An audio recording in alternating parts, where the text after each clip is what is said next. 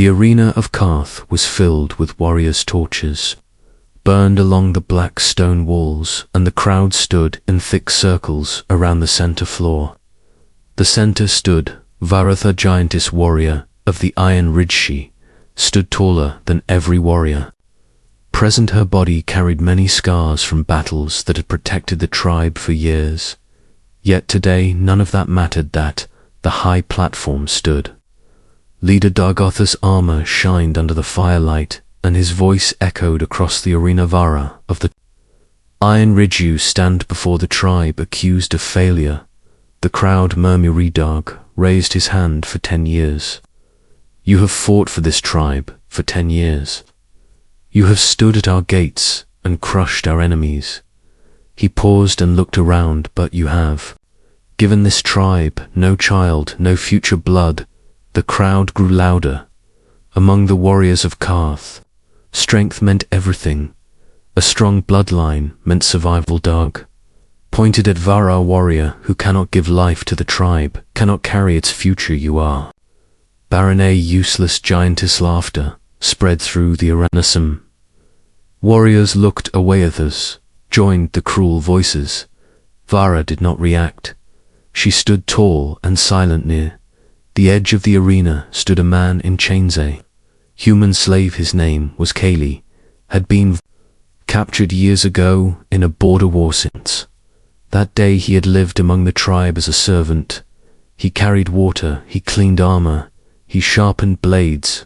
Most warriors barely noticed him, but Kale noticed everything. He had watched Vara for years. He had seen her train before sunrise. He had seen her return from battles covered in blood that was never her own. He had seen wounded warriors carried on her shoulders. He had seen children protected behind her massive frame when monsters attacked the knew something the tribe was forgetting. Darg continued, a barren warrior cannot remain among us. The tribe must move forward. The punishment is exile. The crowd cheered. Some shouted in approval. Vara finally spoke. Her voice was Cometh. Exile is the will of the tribe. Then I will leave. The crowd grew louder. Agandargoth smiled proudly. At least you understand your shame. But then something unexpected happened. The voice spoke from the edge of the arena. That is a lithe crowd turned. The voice belonged to the slave. Kale stepped forward. Gasps spread through the arena. Slave had just interrupted the leader. Dargath looked amused. The human slave wishes to speak. The crowd laughed. Dargath gestured. Speak, slave. Your foolishness will entertain. Uskal looked around the arena slowly. Then he spoke. You call her useless, you call her barren, but how many of you would be dead without her? The laughter faded. Kale continued. Who held the northern pass when the frost beasts attacked? Several warriors shifted in place. Who stood alone at the burning gate when the iron raiders came? Or silence? Who carried wounded soldiers through the storm when no one else could move? The arena was quiet. Now Kale raised his chained hands. You say she gave the tribe no future, but the tribe itself still lives because of her. Murmurs spread across the crowd. Many warriors remembered those battles. They remembered Vara standing between them and death. Dargath stepped forward. Bravery in battle does not change the truth. She cannot give the tribe children. Kale looked at him calmly. Not every future is born. Some futures are protected. The crowd grew quieter. Dargoth narrowed his eyes. You speak boldly for a slave. Kale nodded. Truth does not belong only to the powerful. The tension in the arena grew heavy. Dargoth raised his voice. Nuff, the giantess will be exiled before sunrise. Then Kale did something that shocked everyone. He stepped beside Vara. Fu, she leaves, then I leave with her. The crowd gasped. Dargath laughed. You are a slave. You belong to this tribe. Kale shook his head. A chain cannot force loyalty. The arena became completely silent. Dargoth stared at him. Why? Would you follow a barren giantess into exile? Kale answered immediately, because she is the only leader this tribe. Truly has those words struck the arena like thunder. Warriors looked at each other. They remembered something they had forgotten. During battles, it was always Vara who gave the orders. It was always Vara who held the line. It was always Vara who stepped forward when others hesitated. She had never called herself leader, but many had followed her anywhere. Dargoth saw the doubts spreading through the crowd. He tried to regain control. You were all being fooled by a slave. But then a warrior stepped forward.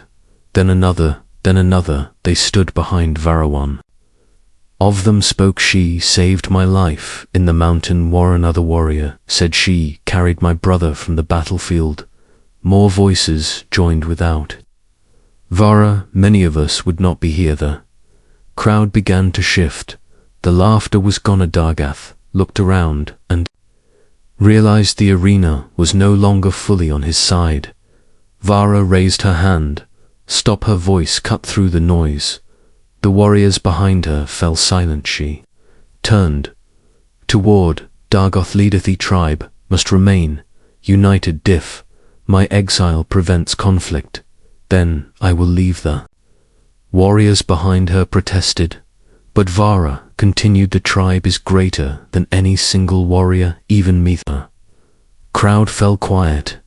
Dargoth looked uncertain. For the first time he seemed unsure.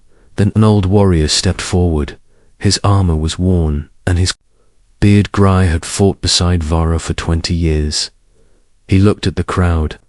And I will not watch the tribe throw away its strongest shield. More warriors nodded. The truth was spreading through the arena. The girth saw Ith knew pushing further could divide the tribe. Finally he raised his hand. The arena fell silent again. Very well. Vara of the Iron Ridge will remain among the tribe. A powerful cheer erupted across the arena. Dargoth added one final sentence. The future of the tribe will still be decided by strength. Vara nodded calmly. Strength is something the tribe will always have.